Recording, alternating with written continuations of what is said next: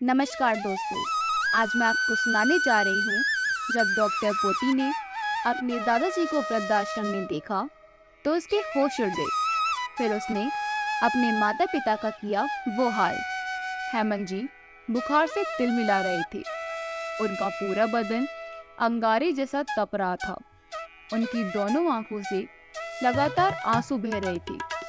पास बैठे राजू लगातार उनके माथे पर ठंडी पट्टियां रख रहा था। उसकी भी आंखें बार बार नम हो रही थी। कुछ ही दिनों में वो हेमंत जी के काफी करीब आ गया था। आए थे तब से राजू उनकी खूब देखभाल करता, उनके खाने पीने का खूब ध्यान रखता। सुबह के करीब 3 बज रहे थे। इस वक्त डॉक्टर को कैसे बुलाया जाए? यहाँ एक नई डॉक्टर आई है। राजू के पास उनका नंबर भी नहीं था। खैर, राजू लगातार ठंडे पानी की पट्टियों से उनके हाथ पैर पोंछ रहा था ताकि उनके शरीर की तपन कम हो जाए और उसकी मेहनत रंग भी लाई। करीब 2 घंटे बाद हेमंत जी का शरीर थोड़ा ठंडा हुआ और उनकी आंखें लग गई। सुबह 7 बजे थे। हेमंत जी को राजू चाय बिस्किट खिला रहा था। राजू को अपना इतना ध्यान रखता देख हेमंत जी की आंखें भर आईं। बेटा, जरूर पिछले जन्म का तुमसे कोई नाता रहा होगा जो तुम मेरी इतनी देखभाल और सेवा कर रहे हो। राजू नम आंखों से बोला, बाबूजी, आप तो जानते हैं कि मैं एक अनाथ हूँ। मैंने कभी अपने माता पिता को नहीं देखा। आपके अंदर मुझे अपने बाबूजी की छवि दिखाई देती है। मुझे आपकी सेवा करके बड़ा सुकून मिलता है। इतने में दरवाजे पर दस्तक हुई। अब आपकी तबीयत कैसी है अंकल जी? मुझे मैनेजर साहब का फोन आया था।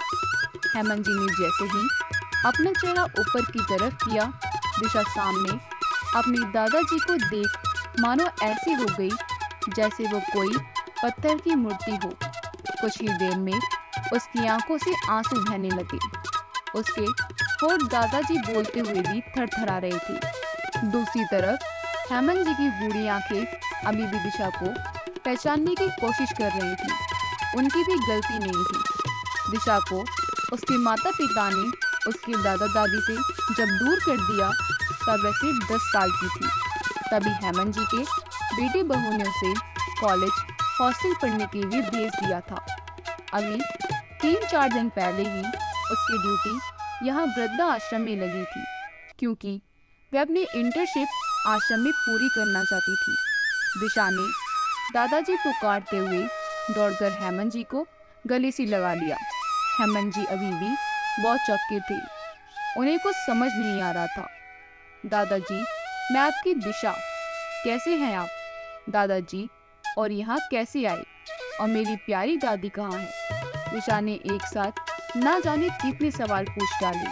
अपनी पोती को डॉक्टर के कोट में देख हेमंत जी की आंखों से आंसू झरझर बहने लगे। बेटिया, तू देख, तेरे दादाजी की कैसी हालत हो गई है कि वो अपनी पोती को भी नहीं पहचान पा रहे हैं। दादाजी, पर आपकी हालत कैसी हुई? और दादी कहाँ है? मुझे उनसे मिलना है। उनके साथ फिर से आपका मनपसंद बर्गर खाना है। देखना, इस बार आप दादी से नहीं जीत पाएंगे। इतना कहकर दिशा अपने 10 साल पीछे अतीत में खो गई, जब वह अपने मम्मी पापा से छुप छुप कर दादा दादी के लिए खाने के लिए चीजें लाती थी। अरे बेटा, तू भी ये क्या खाती रहती है? दादाजी, आपने कभी खाया है बर्गर? बहुत ही यम्मी होता है। चीज स्लाइस और उसके अंदर जो कुरकुरी टिक्की होती है, इसे खाते ही मजा आ जाता है। दिशा ने अपनी जबान पर जीभ फेरते हुए अपनी दादा दादी से पूछा, चटोरी कहेंगी, हर समय यही चटर पटर खाने को चाहिए तुझे। घर का खाना खाने में जान निकलती है तेरी। हेमंत जी ने हंसते हुए पोती की पीठ पर हाथ फिराया। अरे धीरे बोलिए दादाजी, दीवारों के भी कान होते हैं। यदि मम्मी को खबर लगा तो मुझसे ज्यादा आप लोगों को डांट पड़ेगी। मैं तो कहती हूँ आज आप दोनों भी मेरे साथ बर्गर खाइए, मजा आ जाएगा खाकर। रहने दे बेटा, अभी तेरे मम्मी पापा को पता चलेगा तो बेकार में नाराज हो जाएंगे। हेमंत जी मायूस होते हुए बोली, मतलब मम्मी पापा की नाराजगी के डर से आप लोग नहीं खाना चाहते, लेकिन खाने का मन तो है ना। हाँ वो तो है, तेरी दादी को ये बहुत पसंद है, पर तेरी मम्मी हमेशा डांट देती है कि बुढ़ापे में सिर्फ सादा खाना खाना चाहिए, वरना तबीयत बिगड़ जाएगी, और जब तबीयत बिगड़ जाएगी तो हमें परेशानी हो जाएगी, फालतू में हमारा काम बढ़ जाएगा। कुसुम जी भी मायूसी से बोली, अरे दादी, आज वो दोनों घर पर नहीं हैं, अभी पार्टी से आने में उन्हें समय लगेगा।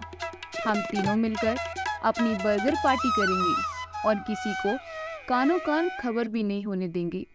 कहते हुए दिशा ने 3 बर्गर ऑर्डर कर दिए।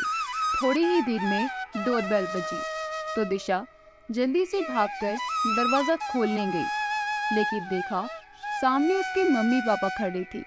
उनको देखते ही दिशा का चेहरा उतर गया। वो तो यह सोचकर कि डिलीवरी बॉय आया होगा, बहुत खुशी खुशी भागती हुई आई थी, लेकिन यहाँ तो अरमानों पर पानी फिर गया। अब बर्गर तो नहीं खाने को मिलेगा, पक्का डांट पड़ेगी वो अलग। उसे सबसे ज़्यादा इस बात का बुरा लग रहा था कि उसकी वजह से उसके दादा दादी को आज फिर से सुनना पड़ेगा। दिशा, तुम तो दरवाज़ा खोलने आई थी, तब बड़ी खुश थी, लेकिन हमें देखते ही 440 वोल्ट का झटका क्यों लग गया? तुम्हारा तो चेहरा ही लटक गया। कहते हुए वो दोनों अंदर आ गई। उन्हें देखकर हेमंत जी और कुसुम जी के चेहरे भी उतर गए। तब तक दोबारा डोरबेल बजी। अब तो डांट पक्की है, सोचकर तीनों ही सहम गए, क्योंकि बेटी को तो फिर कभी कभार की चीजें खाने की छूट थी, लेकिन दोनों को तो उबले खाने के अलावा और कुछ देखने को ही नहीं मिलता था। वो अपने बेटे को उनसे अच्छा खाने के लिए कहते थक जाते थे, लेकिन उन दोनों को तरस नहीं आता था। बल्कि हेमंत जी तो हमेशा से खाने पीने के बेहद शौकीन इंसान थे, और कुसुम जी हर तरह का खाना बनाने में माहिर थी। पति के मुंह से कुछ निकला नहीं कि वह बनकर हाजिर हो जाता था। रोज नए नए प्रकार के व्यंजन बनाकर हेमंत जी को खिलाती थी। बेटा भी उस वक्त माँ के खाने के गुण गाते नहीं थकता था, लेकिन बहू के आते ही उसने भी अपने रंग बदल लिए। जब तक हेमंत जी के हाथ पैर चल रहे थे, तब तक वह अपना और कुसुम जी का पूरा ध्यान रखते थे, लेकिन जब से वह अवस्था में बेटे बहू पर निर्भर हुए, तब से हर चीज पर प्रतिबंध लग गया था। बेचारे दोनों को जैसा बेटा बहू देते, चुपचाप खा लेते, लेकिन जब से पोती थोड़ी बड़ी हुई, वो कुछ भी चीज खाती अपने दादा दादी के साथ जरूर शेयर करती। जैसे ही दोबारा डोरबेल बजी तो उनकी बहू दरवाज़ा खोलने गई, तो उसकी डिलीवरी बॉय को देखकर त्योरियां चढ़ गई और बोली, मम्मी पापा, आप लोग मेरी बेटी को बिगाड़ रहे हैं। हम लोग घर पर नहीं थे तो ये सब चल रहा था। हम तो आपकी भलाई के लिए ही कहते हैं। दरअसल जुबान पर नियंत्रण रखा तो नहीं जाता आप लोगों से। जिंदगी भर तो मन भरकर खाया ही होगा आप दोनों ने। दुनिया भर के आप लोगों के खर्चे होते हैं, वही हम बड़ी मुश्किल से उठा पाते हैं। हाँ बेटा, जब हम अपने ऊपर निर्भर थे तो जिंदगी भर मन भरकर खूब खाया पिया, लेकिन आज दूसरों पर निर्भर हैं तो एक एक चीज़ के लिए तरस रहे हैं। तुम भी जरा एक हफ्ते एक ही जैसा खाना खाकर दिखाओ तो हम समझेंगे, पर तुम लोगों को तो रोज नई वैरायटी चाहिए। लेकिन हम बुजुर्ग हैं तो हमारी कोई इच्छा नहीं है। सिर्फ इसी वजह से ही हमें कुछ हुआ तो तुम्हें तकलीफ होगी, तुम्हारा खर्चा बढ़ जाएगा। इसलिए ही तुमने हमारे खाने पीने पर प्रतिबंध लगा दिया। बचपन में बच्चों को तकलीफ होने पर माता पिता बच्चों की तकलीफ दूर करने का इलाज करते हैं, लेकिन उन पर किसी प्रकार का प्रतिबंध नहीं लगाते। तुमसे अच्छी तो यह पोती दिशा है, कम से कम हमारी इच्छाएं तो समझती है। एक दिन अगर हम मर्जी से खा लेंगे तो बीमार नहीं पड़ जाएंगे। कल किसने देखा, क्या पता आज सोए तो कल उठे ही ना। कहते हुए हेमंत जी की आवाज़ भारी हो गई। उन्हें देखकर कुसुम जी और दिशा भी रोने लगी। वहाँ से उठकर दोनों पति पत्नी अपने कमरे में चले गए। दिशा भी अपनी दादा दादी की हालत पर रो रही थी और उस दिन से वह भी अपने मम्मी पापा से चिड़चिड़ी सी रहने लगी थी। तो हेमंत जी के बेटे बहू ने जबरदस्ती दिशा को पढ़ने के लिए हॉस्टल भेज दिया। यह कहकर यहाँ दादा दादी जी के साथ रहकर बिगड़ जाएगी। हेमंत जी के खांसने की आवाज़ से दिशा ख्यालों से बाहर आई। दादाजी प्लीज़ बताइए ना, दादी कहाँ है, मेरा दिल बैठा जा रहा है। फिर हेमंत जी नम आंखों से बोले, बेटा तेरे जाने के बाद से हम खुद को बड़ा अकेला महसूस कर रहे थे। मैं तो फिर भी थोड़ा बहुत बाहर टहल आता था, लेकिन तेरी दादी की अपने बेटे बहू की बेरुखी से उसकी हालत कुछ ज़्यादा ही खराब रहने लगी थी और उन्होंने जल्द ही बिस्तर पकड़ लिया। और फिर एक दिन वो हमेशा के लिए मेरा साथ छोड़कर चली गई। तुम दोनों की जुदाई ने मुझे अंदर तक तोड़ दिया था। फिर एक दिन बेटा बहू मुझे कहीं घुमाने के बहाने बाहर लेकर आए। बेटा ये कहाँ ले आए हो तुम मुझे, ये तो वृद्धा आश्रम है। तुम तो कह रहे थे कि तुम मुझे मंदिर दर्शन कराना चाहते हो। बहुत दिनों से मैं ही तुम लोगों से कह रहा था। फिर गाड़ी तुमने यहाँ क्यों रोक दी? हेमंत जी ने वृद्धा आश्रम को देखकर अपने बेटे अमित से पूछा। तो मैं बोला, पापा मैं आपको वृद्धा आश्रम ही छोड़ने आया हूँ, आपको मंदिर के दर्शन कराने नहीं आया हूँ। अगर आपको बता देता कि आपको वृद्धा आश्रम चलना है मेरा साथ, तो आप आने के लिए तैयार नहीं होते। इसलिए आपको बिना बताए मुझे आपको यहाँ लाना पड़ा। अमित की पत्नी कविता बोली, पापा जी टाइम वेस्ट मत कीजिए और जल्दी करिए, हमारे पास इतना वक्त नहीं है। हमें अभी मीटिंग के लिए भी जाना है, ऑफिस में हमारा इंतज़ार हो रहा होगा। पहले ही आपने हमारा बहुत सारा टाइम वेस्ट कर दिया है। हेमंत जी गाड़ी में बैठे बैठे गिड़गिड़ाते हुए बोले, यह तुम लोग मेरे साथ अच्छा नहीं कर रहे हो। मुझे मंदिर के दर्शन कराने के बहाने तुम मुझे वृद्धा आश्रम छोड़े जा रहे हो। बेटा मैंने तुम्हारे लिए क्या कुछ नहीं किया, जो मांगा वो सब दिया। अपनी पाई पाई जोड़कर सब मैंने तुम्हारे भविष्य बनाने में लगा दिया और अपने लिए कुछ नहीं सोचा। और तुम मेरे सगे बेटे होकर मुझे यहाँ छोड़कर जा रहे हो। अमित गाड़ी में ही तेज आवाज में अपने पापा पर चिल्लाते हुए बोला, पापा आपने ऐसा क्या कर दिया मेरे लिए? आपने कोई नया नहीं किया। इस उम्र में आपके लिए सही जगह है। अब तो मोह माया छोड़ दीजिए, फिक्र मत कीजिए। मैं कभी कभार वक्त मिला करेगा तो आपसे मिलने आ जाया करूँगा और कुछ ही दिनों में आपका यहाँ मन भी लग जाएगा। वैसे भी वृद्धा आश्रम तो होते ही बूढ़ों के लिए है। फिर हेमंत जी बोले, मुझे नहीं चाहिए बेटा कुछ भी, बस मुझे तुम लोगों के साथ रहना है, मुझे अपने घर में रहना है, मुझे वापस ले चलो। हेमंत जी बेटे के आगे हाथ जोड़ते हुए बोली। तो कविता सुनाते हुए बोली, अब वह आपका घर नहीं है, समझे? अब वह घर अब हमारा है। आप यहाँ आराम से रहिए और हमें आराम से जीने दीजिए। आप घर में होते हैं तो हम खुलकर नहीं रह पाते। पूरे दिन आप घर में पड़े रहते हैं। मैं अपनी सहेली के साथ ना तो पार्टी कर पाती हूँ और ना ही अपनी पसंद से रह पाती हूँ। अमित अपनी पत्नी की बातों में हाँ मिलाता हुआ बोला, पापा सही तो कह रही है आपकी बहू। आपने तो अपनी जिंदगी जी ली, कम से कम हमें तो अपनी जिंदगी चैन से जीने दीजिए। अब हमें अपने घर में कोई रुकावट नहीं चाहिए, इसलिए बेहतर आप यहीं रहिए। फिर हेमंत जी बोले, बेटा क्या इसी दिन के लिए माँ बाप बेटे को इतना बड़ा करते हैं।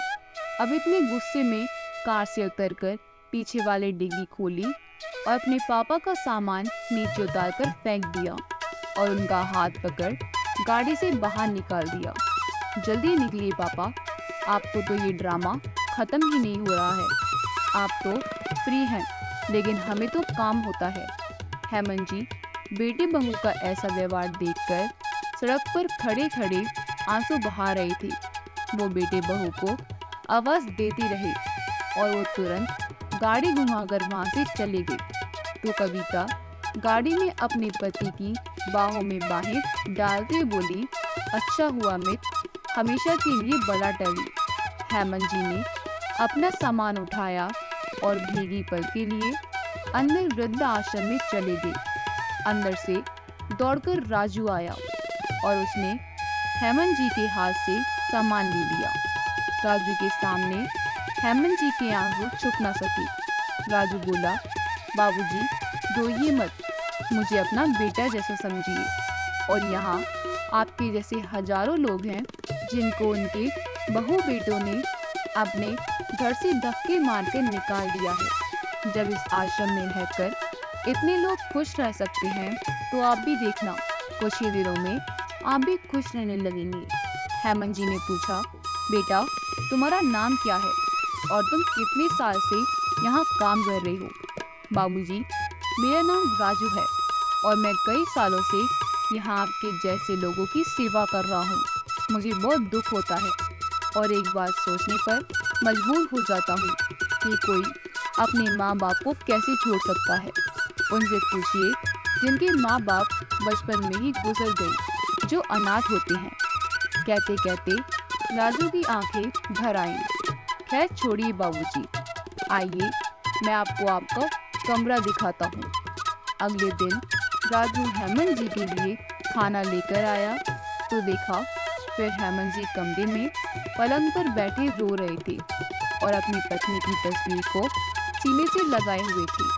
राजू से उनकी चुप्पी देखी ना गई और वो आखिर बोल ही पड़ा, बाबूजी आपको बुरा ना लगे तो आपसे एक बात पूछूं, आपके साथ ऐसा क्यों हुआ था?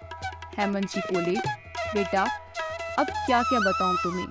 तुम्हारी माता जी अपनी पोती के जाने के गम और ऊपर से बेटे बहू के ऐसे रूखे व्यवहार से बीमार रहने लगी थी। एक दिन मैंने बेटे से कुसुम जी की दवाई के लिए पैसे मांगे तो बहुत कहने पर बेटा देने के लिए भी राजी भी हो गया। तो उसकी पत्नी ने उसके हाथ से पैसे छीन लिए और बोली, क्या जरूरत है इन पैसों की? अरे अब इस उम्र में हारी बीमारी तो लगी ही रहती है, कहाँ तक हम इनका खर्चा उठाएंगे। फिर हेमंत जी बोले, बहू तुम्हारी सास को हर हफ्ते डॉक्टर के पास लेकर जाना पड़ता है तो रिक्शे के लिए पैसे भी चाहिए होते हैं। कविता बोली, पापा जी कोई ज़रूरत नहीं है इतनी दूर जाकर डॉक्टर को दिखाने की, यहीं पास के डॉक्टर को दिखाया कीजिए तो पैसे बच जाया करेंगे। अमित बोला, हाँ पापा सही कह रही है कविता। उस दिन से बेटे ने दवाई के लिए पैसे भी देने बंद कर दिए। हम दोनों चुपचाप अपनी जिंदगी गुजर बसर कर रहे थे और साथ ही भगवान से प्रार्थना भी कर रहे थे कि हे भगवान हम दोनों को जल्दी उठा ले। लेकिन भगवान ने सिर्फ मेरी कुसुम जी को मुझसे अलग कर दिया। मुझे बेसहारा छोड़कर वो इस दुनिया से चली गई। उसके जाने के बाद मैं बहुत अकेला महसूस करने लगा था, लेकिन उनके अकेलेपन से बेटे बहू को कोई फर्क नहीं पड़ता। वो आए दिन घर में अपने दोस्तों को बुलाकर पार्टी करते रहते हैं और हेमंत जी को उनके कमरे में बंद करके ताला लगा देती थी। मैंने बहू बेटे से कहा कि बेटा तुम्हारी माँ को मरे हुए अभी ज़्यादा समय नहीं हुआ है और तुम पार्टी कर रहे हो।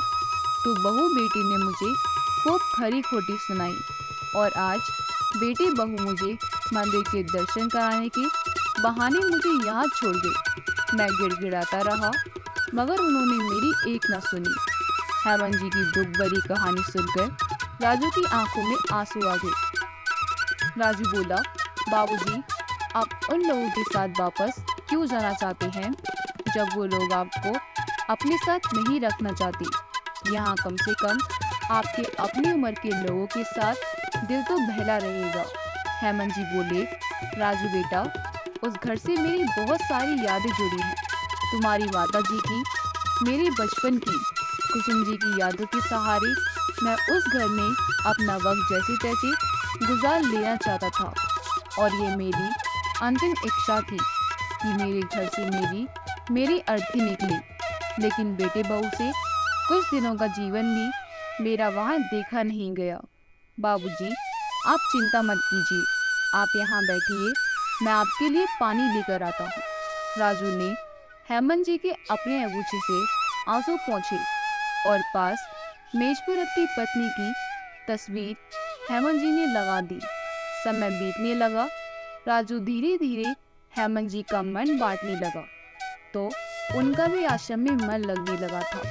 हाँ, और उन्हें अपने घर की बहुत याद आती थी। उनके घर के आसपास रहने वाले मित्र उन्हें बहुत याद आते थे। उन्हें अपनी पत्नी की भी बहुत याद आती और कभी कभी वह बहुत उदास हो जाती, जिसके कारण उनकी तबीयत खराब हो जाती थी। राजू चाहकर भी उनकी ये कमी पूरी नहीं कर पाता, और वैसे भी एक पत्नी की जगह कोई नहीं ले सकता है। इसी कारण आज रात को उन्हें बहुत तेज बुखार आ गया। अपने दादाजी की कहानी सुन दिशा की आंखें भर आई। उसे आज अपने मम्मी पापा से नफरत होने लगी थी। दिशा बोली, दादाजी, आप चिंता मत कीजिए, आपकी पोती अब वापस आ गई है और आज उसमें इतनी हिम्मत है कि वह आपके लिए भी लड़ सकती है, चाहे सामने मेरे माता पिता ही क्यों ना हो। दिशा ने अपने दादाजी के आंसू पोंछे और अपने दोस्त पिंकी को फोन लगाया, जो कि पेशे से वकील है, और दूसरे ही दिन दिशा के कहने पर उसके मम्मी पापा को नोटिस भेज दिया। नोटिस देखकर अमित और उसकी पत्नी के पैरों तले जमीन खिसक गई। घर खाली करने का नोटिस आया है कविता। तो कविता गुस्से में बोली, तुम तो बुद्धू ही रहोगे। पापा जी को वृद्धाश्रम छोड़ने से पहले ये तो देख लेते कि घर का लोन उन्होंने पूरा भर भी दिया है या नहीं। अब हम क्या करेंगे, कहाँ जाएंगे? अमित बोला, घर का लोन तो पूरा भरा जा चुका है। तो कविता बोली, फिर पता नहीं ये घर खाली करने का नोटिस क्यों आया है। अभी के अभी इस वकील के पास चलते हैं जिसने हमें ये नोटिस भेजा है। उन्हें तब तक पता ही नहीं था ये दिशा की दोस्त है।